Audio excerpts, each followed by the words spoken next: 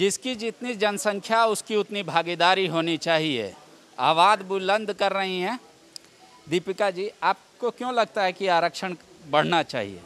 देखिए, ये मंडल कमीशन के बाद यह सुनिश्चित हुआ था कि ओबीसी वर्ग को 27% आरक्षण दिया जाएगा।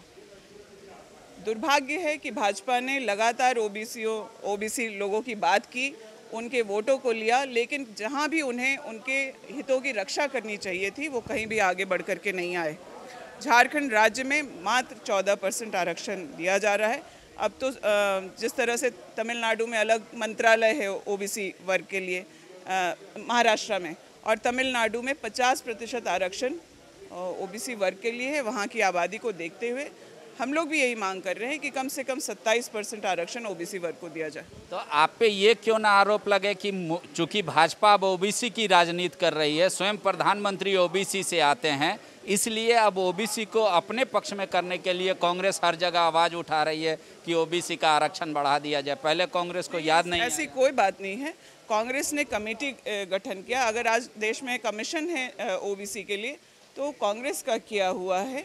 उसको कॉन्स्टिट्यूशनल स्टेटस दिलाने के लिए जो समितियां बनाई गई थी केंद्र सरकार में, 2015 से भाजपा ऐसे मुद्दों को लंबित रखी है। जातिगत जनगणना की मांग लगातार होती रही है। तो जो जिस वक्त की जो मांग है उसके हिसाब से हम लोगों को काम करना चाहिए। युवा तो पूछ रहे हैं कि नौकरी जब मिलेगा ही नहीं तो आरक्षण लेके क्या अचार डालेंगे? देखिए, भाजपा की गलत नीतियों की वजह से, तो आप तो कह रहे हैं मेरे पास नियोजन नीति नहीं है। भाजपा की गलत नीतियों की वजह से आज हमारे युवा सड़क पे बैठे हैं। झारखंड की एक पूरी पीढ़ी बर्बाद हो गई इस डबल इंजन की सरकार में। अगर भाजपा की नियोजन नीति सही होती तो उस पर हाई कोर्ट, सुप्रीम कोर्ट सभी मोहर लगाते।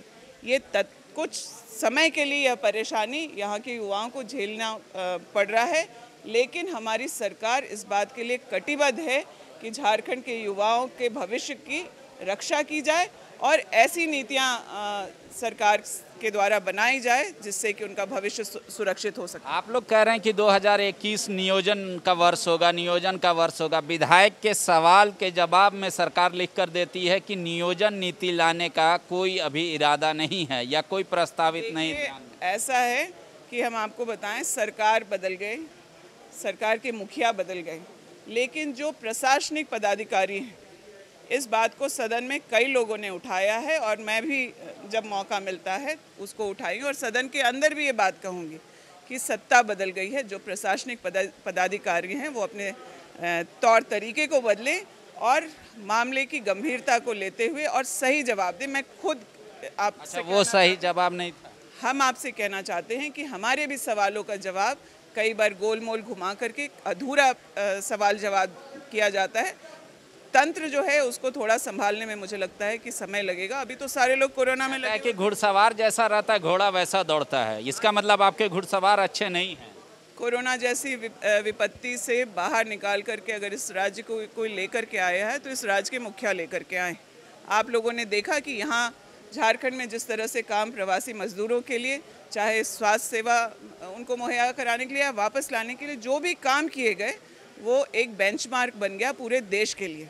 हम विपरीत परिस्थितियों में पूरे 1 साल काम किए हैं। आने वाला साल तमाम ऐसे आरोपों का जवाब देने का है। तो मुख्यमंत्री प्रश्नकाल क्यों बंद कर दिया? सवाल से डरते हैं आपके मुख्यमंत्री? नहीं, आप सवाल क्या, जो मुझे आश्चर्य होता है कि जो प्रश्नकाल के जो सवाल हैं जो विपक्ष के मान्यों के द्वारा डाला जाता है, वो भी नहीं चाहते कि उन सवालों को सदन में आने दिया जाए, क्योंकि वो जानते हैं कि एक भी सवाल का अगर जवाब दिया जाएगा तो वो उनकी काले करतूतों का जो पिछले 17 साल में वो करके रखे हैं वो उसका जवाब होगा। और मुख्यमंत्री से तो ये बहुत प्रश्नकाल के बारे में पूछ रहे हैं, प्रधानमंत्री जी से जाके पूछिए कि उन्होंने कोरोना का हवाला देकर के क्यों पार्लियामेंट में प्रधानमंत्री के प्रश्नकाल को खत्म। लेकिन अभी तो शून्यकाल हर 1-1 घंटे पे जब समय मिलता है लोकसभा में लिया जा रहा है। गलत बात है, आप पता कर लीजिए पांडे जी इसके बारे में। मतलब आप लोग नौकरी, प्रधानमंत्री जवाब नहीं देना चाहते, उन्होंने कोरोना का हवाला देकर के, इसलिए मुख्यमंत्री भी जवाब नहीं दे रहे। उस बात के लिए नहीं, सदन तो सही से चलने दे माननीय, पहले अपने प्रश्नों का जवाब जो सदन में उनको रखना चाहिए। कुछ बातें पार्टी के से ऊपर उठ करके होनी चाहिए। जो जनहित के मामले हैं, जो लोगों के हित के मामले हैं, उनके बारे में अगर आप ये कैसे वापस जाके जनता को अपनी शक्ल दिखा पाते होंगे क्षेत्र में, मैं आश्चर्य करती हूँ। इनसे कोई सवाल नहीं पूछता क्या इलाके में? और वो बेवजह सदन को बाधित करके, कल हद हो गया उस दिन जब ये आम लोगों के दिमाग में तो यही जा रहा होगा ना कि कल तक जो जेएमएम करती थी आज वो भाजपा कर रही है, जो कल तक भाजपा करती थी अब वो जेएमएम कर रही है। आप लोग का अगर आचरण ऐसा दिखे, ऐसी कोई बात नहीं है। 1 साल का पूरा हम लोग का कार्यकाल है।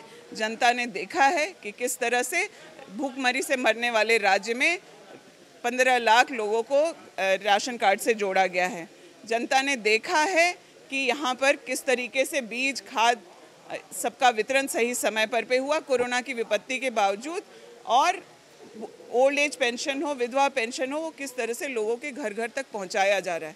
जनता इन तमाम बातों को देख रही है और जेएमएम कांग्रेस महागठबंधन की कोई तुलना नहीं हो सकती भाजपा से। विवेकानंद विद्या मंदिर स्कूल एक CBSE affiliated English medium coed school है। हम शिक्षा के साथ संस्कार देते हैं। thefollowup.in Like, share and subscribe. www.thefollowup.in